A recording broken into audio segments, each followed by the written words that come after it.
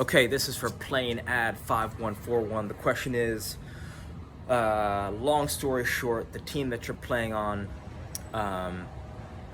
you don't play, and when you do play, it's in a position you're not comfortable with.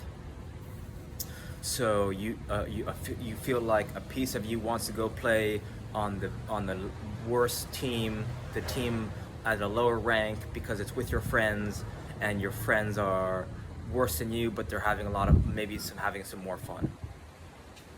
So what I would do if I'm in a game and I'm not playing, I would rotate between a size 1 ball, a tennis ball, and a heavy ball. So either a basketball or a 1 kilogram medicine ball. And this is recommended to me by _ty_fitness_, right? A 2.2 pound medicine ball that you can get on Amazon for 30 bucks. So if I'm not in the game, I would go right behind the sideline and just get some nice rhythmic touches going. And when the ball drops, you switch to the next ball, and when the ball drops, you switch to the next ball, and you want to get in a deep state of meditation.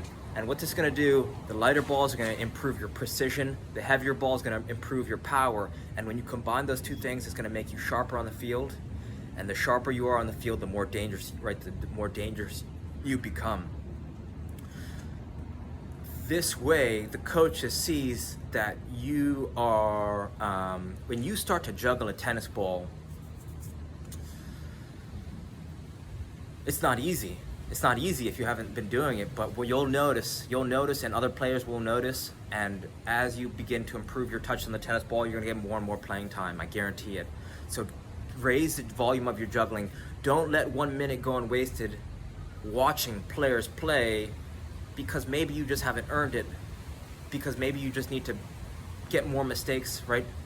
Make more mistakes off the field so that you could have more fun on the field. And when your coaches see this, and they might even discourage, they might even say, watch the game, and then you could say, this pro player told me that you could say, you could just say yes, you could say, okay, I hear you, and just continue juggling, because any coach knows that the more juggling you do, probably the better you're going to be playing on the field, right? Not all the best jugglers are great players, but the greatest players are great jugglers. So don't waste your time sitting on the bench. The sitting position it actually at a cellular level is not good for the body, right? It puts your body in poor posture, right? When you're seated, it's not good. So you want to get off the bench and show coach that you are ready to play and that you should be playing. The second thing you want to do is ask your coach if you're not comfortable with in what position you're playing. The reason why you're comfortable is because you don't understand two, maybe 3 principles. The first principle is 99% of the time you want to keep the ball. Unless you're in your 6 or your own 18, chances are you either want to keep the ball, progress the ball up the field, and then finish on goal. That's principle number 1. Maybe 4 principles. Principle number 2 is when you're attacking, you want to spread out, and when you're defending, you want to condense, you want to close passing lanes, you want to compress with your team to make it harder for the attacking team to penetrate. When you're attacking, you want to spread out, open up passing lanes, opening up space for players to create movement and penetrate the other team's goal, right? So the third thing you want to understand is what your team's shape looks like when you're defending, where you should be in a ballpark area when you're defending, and where your team shape should be when you're attacking. And if your coach can't articulate those 2 things, then just try. Ask coach, show me a diagram. I want you to draw out our formation, and I want to see what we be like. Hey coach, I just want to make sure I deeply understand. Say, hey coach, do you have a second? And so, hey, what's up? Plain Ad 5143. You say, do you think you just show me, just because I want to make sure what our shape looks like on the field when we're defending, and what our shape should look like when we're attacking. And the best way to understand this is through cones. So he could place cones.